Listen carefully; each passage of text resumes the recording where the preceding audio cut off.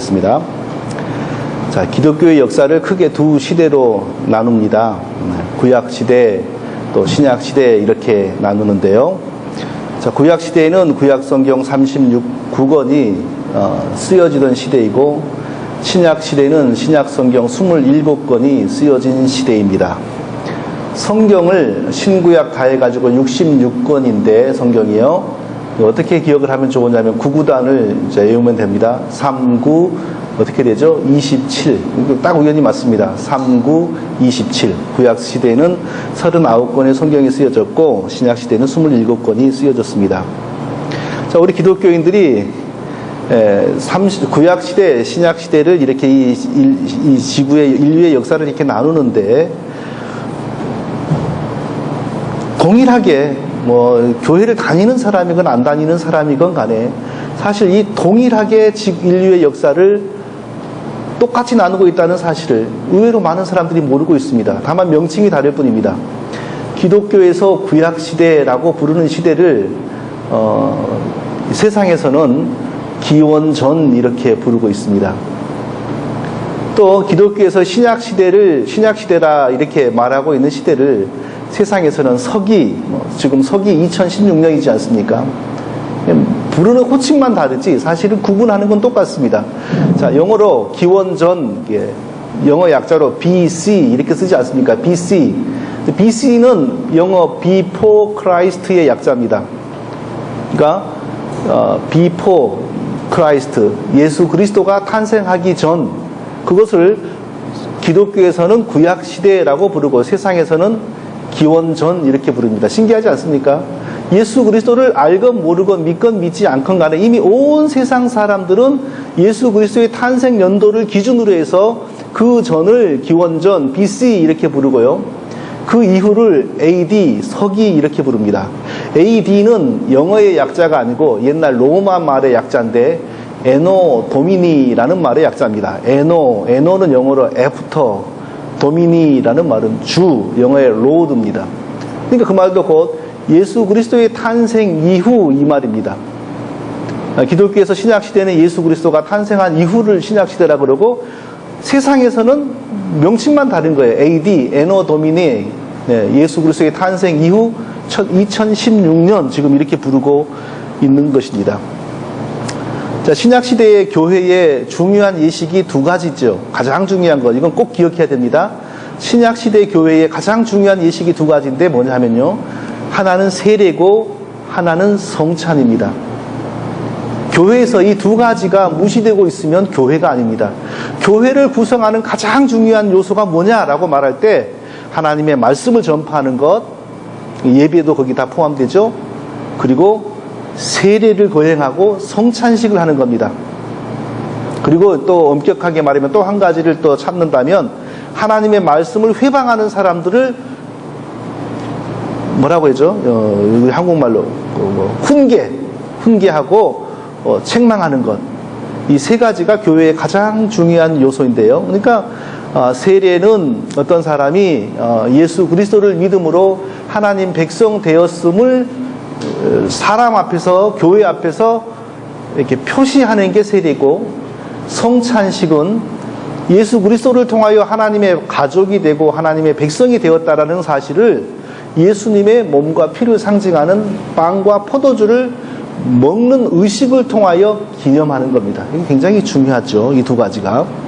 근데 구약시대에도 비슷한 게 두 가지가 있었습니다. 하나는 할례고요. 할례가 오늘날의 세례와 상당히 유사했어요. 오늘날은 더 이상 할례를 행하지 않고, 또 하나가 뭐냐면 유월절이었습니다. 유월절은 오늘날 우리가 예수님의 살과 피를 상징하는 떡과 포도주를 먹는 것처럼 이스라엘 백성들은 유월절이 되면 양고기를 먹고 누룩이, 이스터가 들어가지 않은 딱딱하게 만들어진 떡을 먹었습니다. 자, 오늘 본문은 구약시대의 가장 중요한 그 유월절이 어떻게 또 무슨 의미로 시작이 되었는지를 보여줍니다. 유월절과 관련된 이 본문을 통하여서 중요한 사실 두 가지를 오늘 찾아보겠습니다. 첫째로 우리가 발견해야 될 사실은 하나님께서 은혜 주시기를 원하는 사람들에게 그 뜻대로 마음껏 은혜를 주시고, 하나님께서 은혜 주시지 않기를 원하는 사람에게 그 뜻대로 마음대로 은혜를 주시지 않는다는 사실입니다. 그러니까 우리의 공로나 우리의 행위가 은혜를 받는데 미치지를 못한다는 것입니다. 이스라엘 백성들은 고대 이집트에서 400년간 노예 생활을 했습니다. 이 사실은 뭐 교회를 다니는 사람이건 다니지 않는 사람이건 간에 이미 다 알고 있는 사실입니다. 자, 이스라엘 백성들 수백만을 노예로 부리고 있으니까 요즘 말로 말하면 노동 생산력이 높은 거죠. 그래서 이집트의 황제 바로와 신하들은 그 높은 노동 생산력을 놓치지 않으려고 이스라엘 백성들을 계속 노예로 부려먹었습니다. 하나님께서 모세를 통하여 이스라엘 백성들을 해방시키고 풀어달라고 해도 말을 듣지 않았어요. 그래서 말을 듣지 않으니까 혼내기 위해서 이제 하나님께서 고대 이집트에 10가지 재앙을 이제 보내시지 않았습니까? 근데 가만히 보면 그 10가지 재앙은 그냥 우연히 이게 한번 뻥 터졌다가 또 우연히 저게 한번 뻥 터지고 이런 형식으로 벌어진 게 아니었습니다. 고대 이집트에서 가장 중요하게 믿는 신들을 하나씩 무너뜨리는 형식으로 10가지 재앙이 나타났습니다.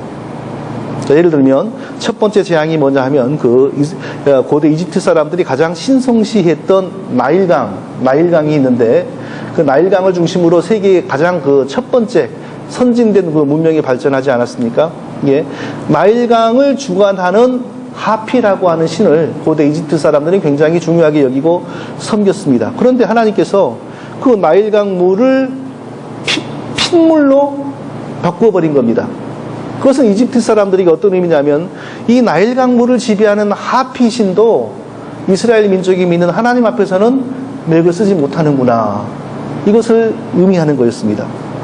자, 그리고 그 다음에는 개구리가 자기 살을 들판에서 살지 않고 전부 바로의 왕궁과 신하들의 집과 막 이런 데로 몰려오는 그런 재앙이었거든요. 그것도 어떤 의미가 있냐면 개구리 형상을 하고 있는 중요한 여신이 있는데, 헤카라고 하는 여신이 있는데, 그 여신도 하나님 앞에서는 전혀 맥을 쓰지 못한다는 사실을 바로 그 재앙을 통하여 그렇게 보여주신 것입니다. 네, 이런 식으로 그냥 400년간 노예 생활을 하던 땅에서 그냥 슬그머니 빠져나오는 게 아니라 그 땅의 우상들을 하나님께서 영적으로 하나씩 무너뜨리고 이스라엘 백성들은 당당히 승리하는 백성들이 되게 하시는 그 모양새를 취하면서 이집트를 떠나온 겁니다. 그러니까 나중에 황제와 백성들이 코가 아주 납작해져 가지고 그냥 나중에는 벌벌 떨게 되지 않습니까? 나가시라고, 이제 떠나시라고, 당신들이 있어서 우리가 못 살겠으니까 떠나시라고. 그런데 그냥 떠나는 게 아니라요, 금과 은과 보석을 싸질러 주면서, 근데 그동안 수백 년간 공짜로 부려먹었던 대가를 한꺼번에 막 주면서 제발 나가시라고 이렇게 만드신 겁니다. 바로 이 과정에서 굉장히 중요한 영적인 진리가 나타나는데, 그게 뭐냐 하면요, 하나님께서는 자기의 뜻대로 은혜 주실 자에게 은혜를 베푸시고, 그러나 반대로 혼내시고 심판하기를 원하는 사람에게는 그 마음을 더욱더 하나님을 향하여 대적하도록, 더욱더 하나님께 불순종하도록 그 마음을 단단하게 강팍하게 만드신다 하는 사실을 오늘 본문을 통해서 알 수 있습니다. 저는 성경의 이 부분을 어제 오후에 보다가 지금까지 전혀 몰랐던 사실 하나를 처음 보았습니다. 하나님이 악한 자들을 심판하실 때 그들의 마음을 더욱더 강팍하게 하신다. 우리 수없이 들었던 말 아닙니까? 저는 이 단어가 말이죠, 강팍인 줄 알았습니다. 강팍하게 하신다. 근데 그날따라 여기 보니까 팍인 것 같은데 가만히 보니까 이게 팍이려면은 아의 밑에 기역인데 뭔가 이게 점이 하나 더 붙은 것 같아요. 그래서 가만히 보니까 이게 강팍이 아니고 발음하기도 어렵습니다. 강팍입니다. 강팍. 네. 아시겠어요? 야의 기역. 저는 한문을 잘 모르니까 도대체 이런 한문이 있는지 없는지도 모르겠어요. 근데 분명한 사실은 강팍이 아니고 강팍이더라 하는 겁니다. 영어 성경을 보니까 harden이라는 단어로 번역을 했어요. harden, 더 단단하게 만든다. 이게 하나님이 바로의 마음을 강팍하게 했다는 것은요, 하나님의 말을 듣지 않고 대적하고 반항하도록 그 마음을 더 하나님 말씀이 들어가지 못하도록 더 단단하게 만들었다는 것입니다. 아무리 한 나라의 황제라고 해도요, 하나님께서 나일강, 그 거대한 나일강을 핏빛으로 변하게 만들고 온 들판에 있는 개구리들이 다 왕궁으로 몰려오게 만들고 이가 왕궁대에 득실거리고 우박이 떨어지고 막 이런 감당할 수 없는 그 천재지변이 벌어지면 마음이 두려워지거든요. 그러니까 하나님을 대항할 마음이 없어지게 됩니다. 그렇게 되면 이스라엘 백성들은 수월하게 애굽을 떠날 수가 있겠지요. 그런데 하나님께서는 바로의 마음이 약해져 가지고 이제 그만 말을 듣고 이스라엘 백성을 풀어주려고 하면 성경에 뭐라고 나오냐면 바로의 마음을 더 강팍하게 만들었다. 그래서 하나님의 말을 듣지 않고 또 반항하고 이스라엘 백성들을 더 학대하게 만들고, 그리고 또 한 번 된통당하고 나서요, 바로의 마음이 아이고 이 이스라엘 백성들을 보내야지 살지, 이거 안 보내고 데리고 있으면 못 살겠다, 가 이런 마음이 들면 성경이 여지없이 하나님께서 다시 한번 바로의 마음을 강팍하게 만든다는 내용이 등장해요.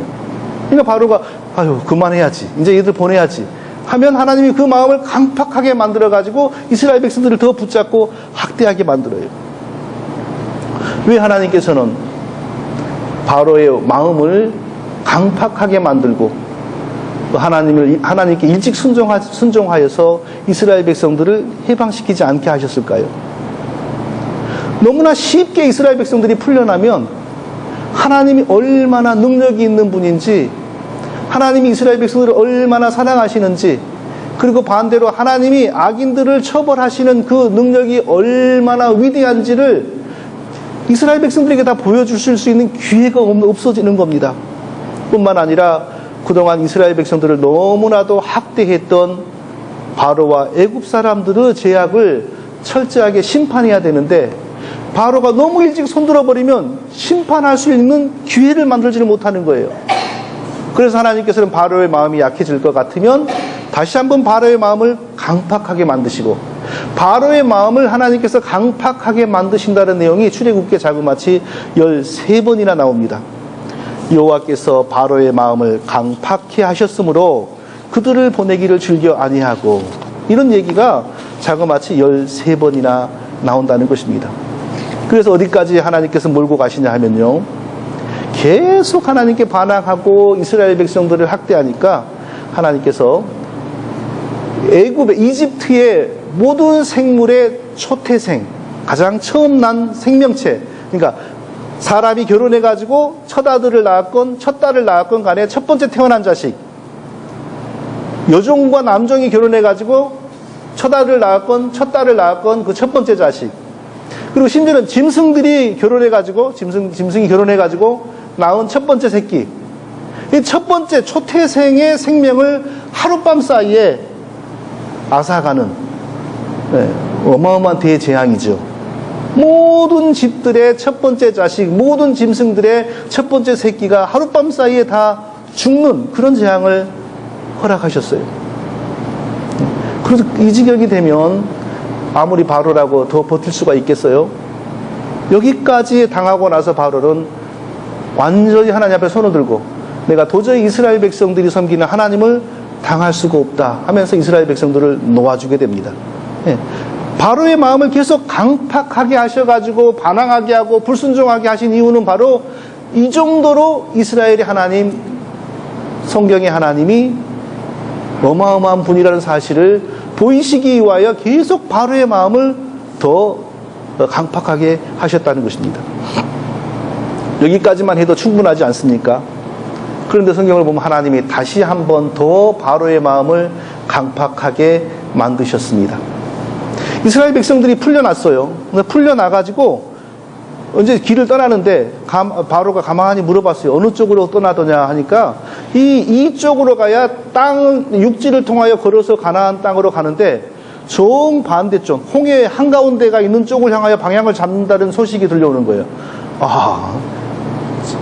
그렇다면 다시 가서 잡아오면 되겠구나 하고 또 아주 날랜 당시의 세계 최고로 날랜 바로의 기병을 몰고 잡으러 갔습니다.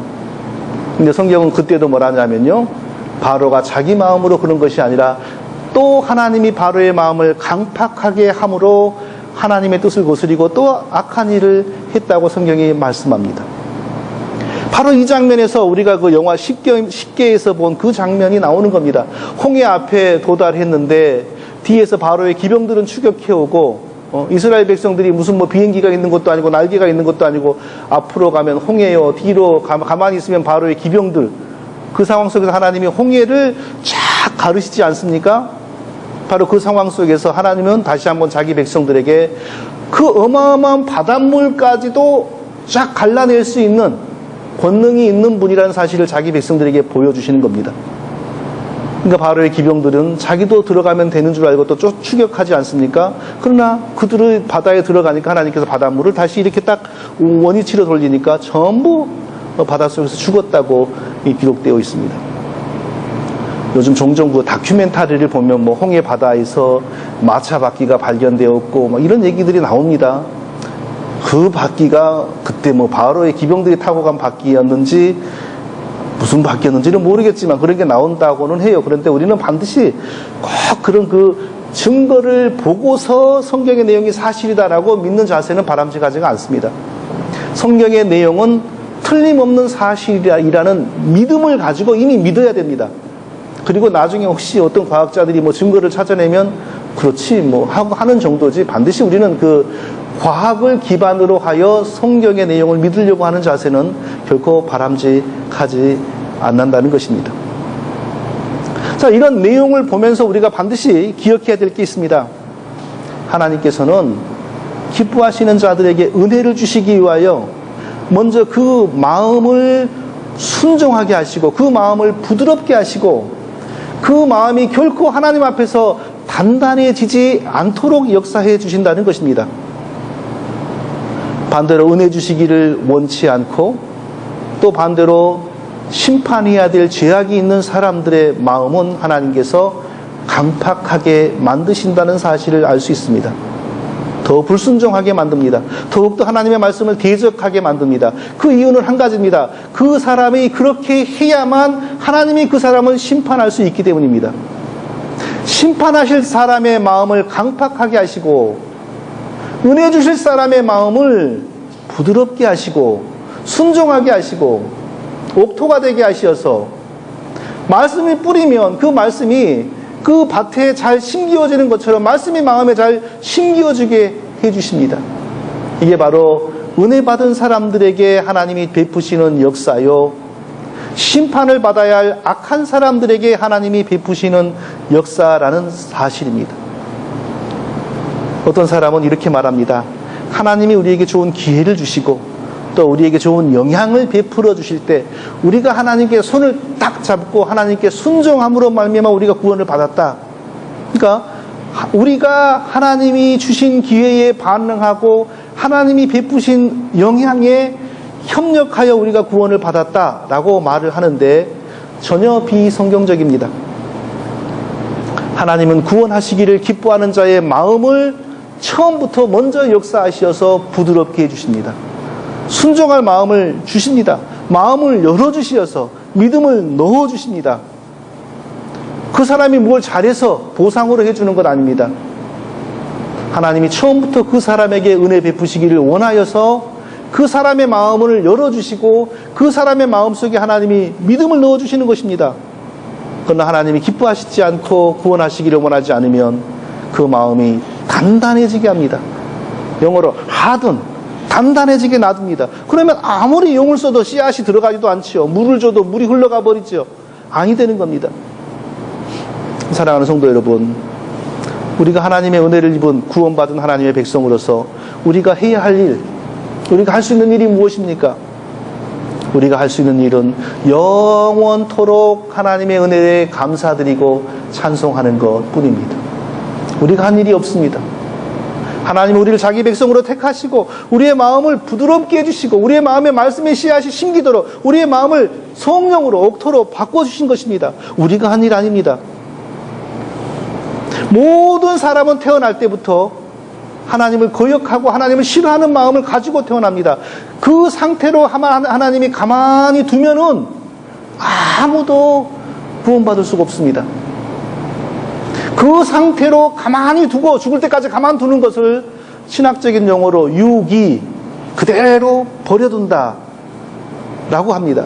그러나 그 중에서 하나님이 자기 백성으로 택한 사람은 그 마음을 하나님이 열어주시는 것입니다.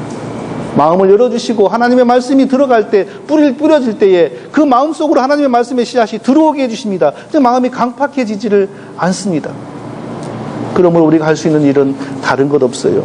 내가 무엇이라고, 내가 아무것도 잘한 것이 없는데 나보다 더 훌륭한 사람들이 많고 나보다 더 인간성이 좋은 사람들이 많은데 왜 나를 택하셔서 내 마음을 열어주시고 내 마음의 말씀의 씨앗이 들어오게 해주셨나요, 하나님? 그 이유는 알 수 없으나 저는 하나님께 감사하고 찬송 드릴 뿐입니다. 이런 자세로 우리가 일평생을 살아야 되는 것입니다. 둘째로 오늘 본문을 통해서 우리가 또 발견해야 될 중요한 사실이 있는데 그게 뭐냐 하면요, 이스라엘 백성들이 이집트에서 해방되는 순간부터 예수 그리스도의 십자가의 피의 구원이 드러났다는 것입니다. 전문적인 용어로 이스라엘 백성들이 이집트에서 해방되는 순간부터 예수 그리스도의 십자가의 피의 구원이 계시되었다는 사실입니다. 자, 이스라엘 백성들이 양고기를 먹고 누룩이 없는 빵, 밀가루 반죽이나 이런 반죽에 누룩이 들어가야만 이게 열이 가해지면 막 부풀어지면서 보들보들해지지 않습니까? 요즘 제과점에 가서 이렇게 빵을 사 먹어보면 어떤 것은 그 빵이 막 그 솜털처럼 부드럽습니다. 입에 들어가면 씹히는 감이 없을 정도로 굉장히 부드럽지 않습니까? 그 누룩이 없으면 그렇게 안 되는 거죠. 그 누룩이 없으면 떡이 딱딱합니다. 씹어 먹기도 힘들고요. 자, 그런 것을 일주일을 먹는 유월절이 이제 10가지 재앙 중에서 마지막 재앙의 때에 이제 생겨나게 되었는데요. 하나님께서 바로의 마음을 강팍하게 하시고 그러나 또 겁을 먹고 순종하려고 하면 또 강팍하게 하시고 그러다가 10가지 재앙을, 준비된 10가지 재앙을 다 당하게 되지 않습니까? 마지막 10가지 재앙은 뭐냐? 도저히 이것 당하고서는 사람이 맥을 쓸 수 없는 재앙. 이집트의 모든 생물의 초태생, 사람의 첫 자식, 짐승의 첫 새끼가 하룻밤 사이에 다 죽는 재앙입니다. 왜 그런 재앙을 주셨냐면 의미가 다 있습니다. 이스라엘 백성들은 당시에 하나님이 모든 민족들 가운데 첫 번째로 택하신 민족입니다. 그러니까 하나님 입장에서는 이스라엘 백성이 초태생이에요, 영적으로. 그런데 하나님의 초태생을 수백 년 동안 부려먹고 노예질 시키고 괴롭히니까 하나님이 거기에 대해서 심판의 형식으로 10번째 재앙이 주어진 것입니다. 자, 이스라엘과 이집트 사람들이 섞여서 살고 있는데, 자, 그 와중에서 하나님께서 하나님이 전능하시니까 다 가능하지만 이집트의 초태생이 죽는 와중에서 이스라엘 민족의 초태생은 하나도 죽지 않게 하시는 게 사실 하나님에게는 아무것도 아니지만 우리로서는 좀 이게 어려운 일 아니겠습니까? 어떻게 실수를 하다 보면 이스라엘 백성도 한두 명 죽을 수도 있는 것이고, 이제 그런 일이 벌어질 수 있지 않습니까? 그러니까 그 와중에서 하나님이 바로 이스라엘 백성들에게서는 아무런 재앙이 벌어지지 않도록 하는 특별한 일을 시키신 겁니다. 그게 바로 유월절인데, 그 유월절의 그 일의 첫 번째 의미는 섞여 살지만 이스라엘 백성의 가족에는 아무런 재앙을 당하지 않고 애굽 사람의 가정에게만 그 초태생이 죽는 재앙이 나타나게 만드는 것이고요. 그리고 두 번째 의미는 장차 모든 사람들이 구원을 얻는데 그 구원을 얻는 방식이 바로 유월절에 죽임을 당하는 어린 양의 피의 방식으로 구원을 얻는다는 사실을 보여주는 것입니다. 자, 하나님께서 이집트의 모든 초태생을 죽이는 심판을 하시기 4일 전에 이스라엘 백성들에게 명령했습니다. 어린 양, 딱 1년 된 어린 양, 아무 흠이 없고 병이 없고 아주 건강하고 보기 좋은 어린 양 한 마리를 선택하여 집에서, 보통은 우리에서 키우는데 그 한 마리를 집에서 함께 4일 동안 살라고 했습니다. 그리고 4일 후 그 애굽의 이집트의 초태생이 죽임을 당하는 그날, 바로 이스라엘 백성들은 그 어린 양을 잡아서 잡는단 말은 죽인다는 겁니다. 죽여서 그 피를 흘리지 않겠습니까? 그 피를 이스라엘 백성들의 대문 위에 바르라고 명령했습니다. 그리고 하나님의 죽음의 천사들에게 명하기를 대문 위에 어린 양의 피가 발라져 있는 집에는 들어가지 말고 대문 위에 어린 양의 피가 발라져 있지 않은 집에는 들어가서 모든 초태생의 생명을 앗으라라고 명령하신 겁니다. 하나님의 죽음의 천사가 그날 밤 그 일을 집행할 때 이제 애굽의 전역을 돌아다니지 않겠습니까? 그 대문 위에 양의 피가 있는 집은 들어가지를 않고 위로 지나가셨습니다. 양의 피가 발라져 있지 않은 집은 들어가서 모든 초태생들의 생명을 앗았습니다. 그러니까 고대 이집트의 전역에서 하룻밤에 모든 집에서 초상 그 곡성이 일어나게 되는 거죠. 이런 재앙이 임하지 않으면 어떻게 400만, 200만이나 되는 노동력을 포기하겠어요? 오늘날에는 노동력이 무슨 다양한 기계이기도 하고 컴퓨터이기도 하지만 이 시대의 노동력은 사람입니다, 사람. 사람 부려먹을 수 있는 사람 수백만은요, 이 시대에는 엄청난 국가의 자산이었습니다. 어느 왕이 이런 국가의 재산을 포기하겠어요? 그런데 바로 하나님께서 이런 10가지 재앙 중에서도 또 이런 재앙까지 베푸시니까 심지어는 바로 황제의 자기의 초태생, 자기의 큰아들인지 큰아들이겠죠. 그 큰아들마저도 죽는 어려움을 당하고 나니까 완전히 하나님 앞에서 맥이 빠져버리는 겁니다. 그래서 이스라엘 백성들을 풀어주는 겁니다. 그때 죽음의 천사가 양의 피가 있는 집에는 들어가지 않고 위로 지나갔다. 패스 오버. 영어로 패스 오버 6월절을 그렇게 부릅니다. 그래서 지나갔다는 거예요. 근데 좀 궁금하지 않습니까? 이스라엘 백성들이 사는 집이라는 것을 표시하는 방법이 얼마든지 다양합니다. 예를 들면 대문에 말뚝 하나를 박아놔도 되고요. 그래서 대문 앞에 말뚝이 박힌 집에는 들어가지 않는다, 죽음의 천사가. 아니면 대문 위에 돌을 하나 놓는 거예요. 대문 앞에 돌이 있는 집은 들어가지 않는다. 아니면 옛날 한국의 우리 조상도식으로 대문 앞에 새끼줄이 있는 집은 들어가지 않는다. 얼마든지 방법이 많습니다. 그런데 왜 대문 위에 죽은 양의 피가 있는 집은 들어가지 않는다, 이렇게 하셨을까요? 하나님께서는 처음부터 죄인들을 구원하시기 위하여 메시아가 사람으로 오시어 그 피를 우리를 위하여 흘리신다고 처음부터 계시하셨습니다. 내가 애굽 땅을 칠 때에 그 피가 너희의 집에 있어서 너희를 위하여 표적이 될지라. 내가 피를 볼 때에 너희를 넘어가리라. 다른 곳으로 얼마든지 이스라엘 백성들이 사는 집이라는 사실을 표시할 수 있음에도 불구하고 양의 피를 대문 위에 바르게 하신 것은 장차 이때로부터 약 1500년 후에 하나님이 사람이 되시어서 오신 예수 그리스도가 십자가에 달려 우리의 죄를 씻는 그 피를 흘리심으로 우리가 구원받을 거라는 사실을 구체적으로 드러내는 것입니다. 예수 그리스도가 십자가에서 우리를 위하여 피 흘리심으로 그 피를 믿는 사람이 구원받는다는 사실을 처음부터 하나님이 말씀하시고 역사가 진행이 되어 오면서 조금씩 구체적으로 드러나는데 이스라엘 백성들이 애굽의 종노릇 하다가 해방되는 날 밤에 가장 선명하게 드러나는 것입니다. 오직 십자가에 달려 우리를 위하여 속죄의 피를 흘리신 예수 그리스도를 믿음으로 말미암아 구원받는다는 기독교의 복음이 바로 이집트의 모든 초태생이 죽던 날 밤에 이렇게 선명하게 하나님께서 계시하신 것입니다. 이거 한번 생각해 보십시오. 그날 밤에 초태생이 죽은 첫아들이나 첫아들이 죽은 애굽의 어떤 사람 중에는 이스라엘 백성보다 훨씬 마음바탕이 좋은 사람이 분명히 있었을 겁니다. 이스라엘 백성 중에는 애굽 사람보다 훨씬 마음이 못된 사람이 분명히 있었을 것입니다. 일반적으로 우리가 어려움 당하고 고통 당하고 가난한 사람이 더 마음이 정직하고 마음이 선량할 거라고 생각하는데 전혀 사실 아닙니다. 네. 전혀 사실 아닙니다. 네. 어차피 인간은 죄인으로 태어나는데요. 어려움을 당하고 어떤 면에서 어려움을 당하고 고통을 당하면 마음이 더 꼬이고 더 악해지는 경우도 많습니다. 이스라엘 백성들 중에서도 훨씬 못된 사람이 많이 있을 수 있고 이집트 사람들 중에서 훨씬 마음이 바른 사람이 많이 있을 수도 있습니다. 그런데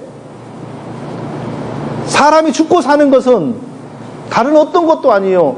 대문 위에 양의 피를 발랐느냐 바르지 않았느냐, 이것 한 가지로 결정이 되었습니다.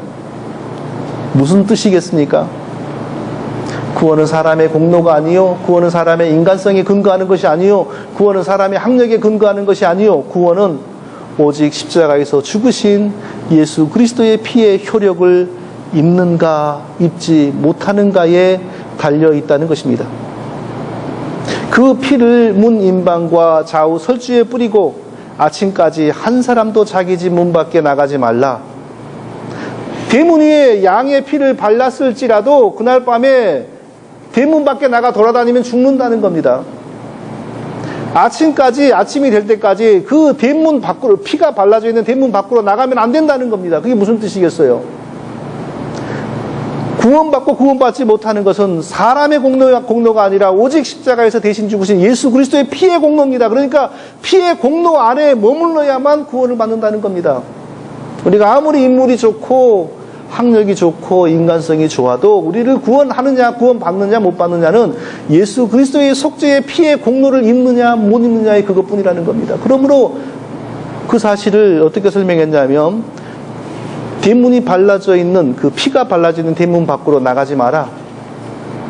우리의 구원은 오직 예수 그리스도의 은혜의 공로 아래에만 머물러야 되는 겁니다. 다른 것으로는 구원을 얻을 수가 없는 것입니다. 이때부터 이스라엘 백성들이 매년 자기들을 대신하여 죽은 양의 양고기를 먹었어요.